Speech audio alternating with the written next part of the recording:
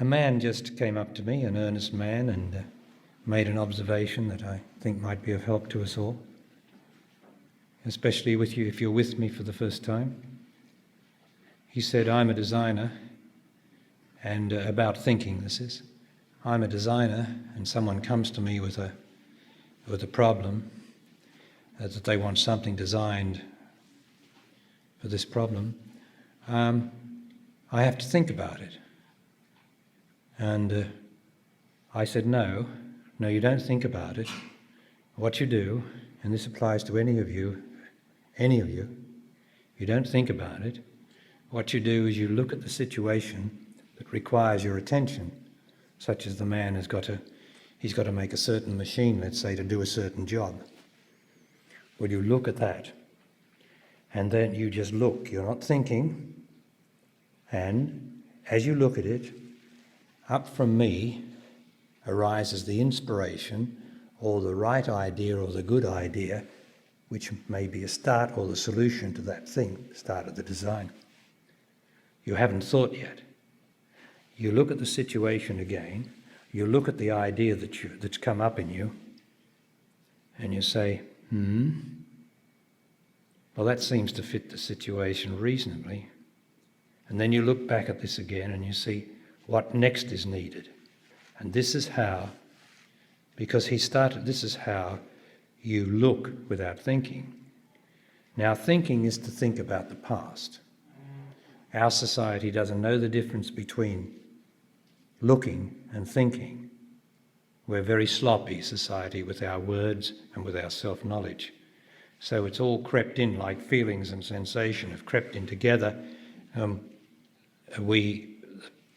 Different generations, generation after generation, we just accept that feelings are sensations. And then we accept that thinking is looking. And when you start to be intelligent and address self-knowledge and the truth, you have to separate out those things and not be casual anymore.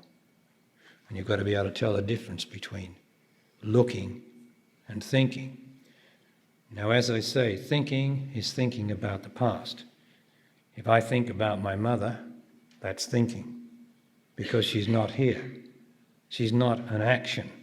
She's not an action that's necessary in the future, unless my mother doesn't have any money, and she needs money because she's presented me with a request for money.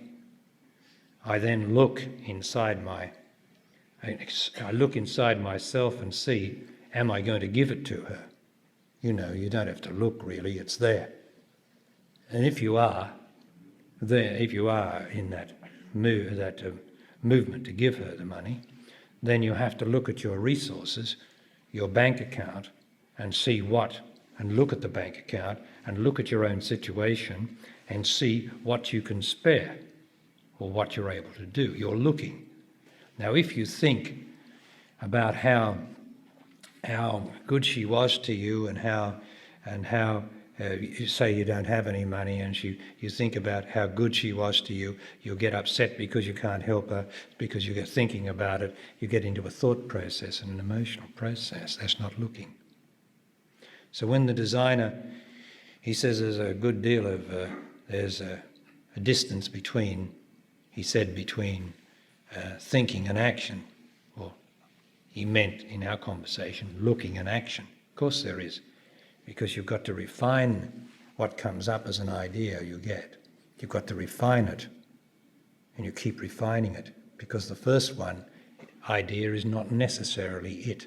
It's got to be refined, and it's refined not by thinking, it's refined by looking. And that's how your whole life is refined, by looking, not by thinking. If you think about your life, you will get emotional. You will see that you're a failure. You will see that you're lacking in something, or you will see something negative if you think about your life. But if you look at your life without interpreting it emotionally, which means thinking, because to think is to interpret things emotionally. If you don't think and you just look, then you will sort your life out, as I've been teaching these many years, to get your life right. When people come to me for the first time and they hear about getting their life right, and they are earnest, I start to show them how to look straight at life and stop thinking about your life. Because while you think about your life, you'll never ever get it straight. You have to look at your life and see, what is wrong with my life?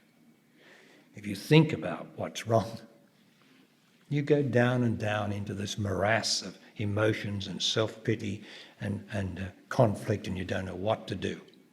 But if you look with the intelligence, which is what you have, then you will see the fact. And when you see the fact, there's a possibility of action being able to be taken.